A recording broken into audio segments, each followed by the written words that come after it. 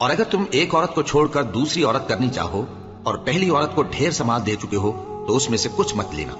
بھلا تم بہتان لگا کر اور کھلا گناہ کر کے اپنا مال اس سے واپس لوگے؟ اور تم دیا ہوا مال کیوں کر واپس لے سکتے ہو جبکہ تم ایک دوسرے کے ساتھ صحبت کر چکے ہو اور وہ تم سے پختہ عہد بھی لے چکی ہیں؟ اور جن عورتوں سے تمہارے باپ دادا نے نکاح کیا ہو ان سے نکاح نہ کرنا، مگر جاہلیت میں جو ہو چکا سو ہو چکا۔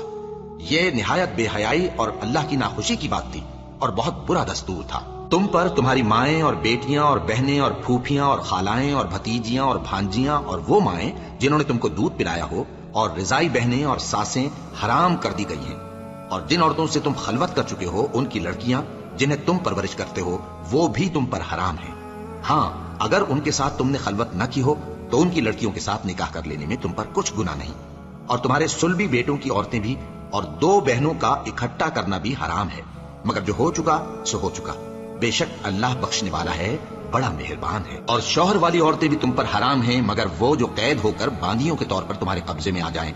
یہ حکم اللہ نے تم کو لکھ دیا ہے، اور ان محرمات کے سوا دوسری عورتیں تم کو حلال ہیں، اس طرح سے کہ مال خرچ کر کے ان سے نکاح کر لو، بشرطے کہ نکاح سے مقصود عفت قائم رکھنا ہو نہ کہ شہوت پرستی۔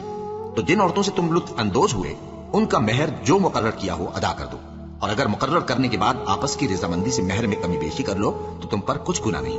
بے شک اللہ سب کچھ جاننے والا ہے، حکمت والا ہے۔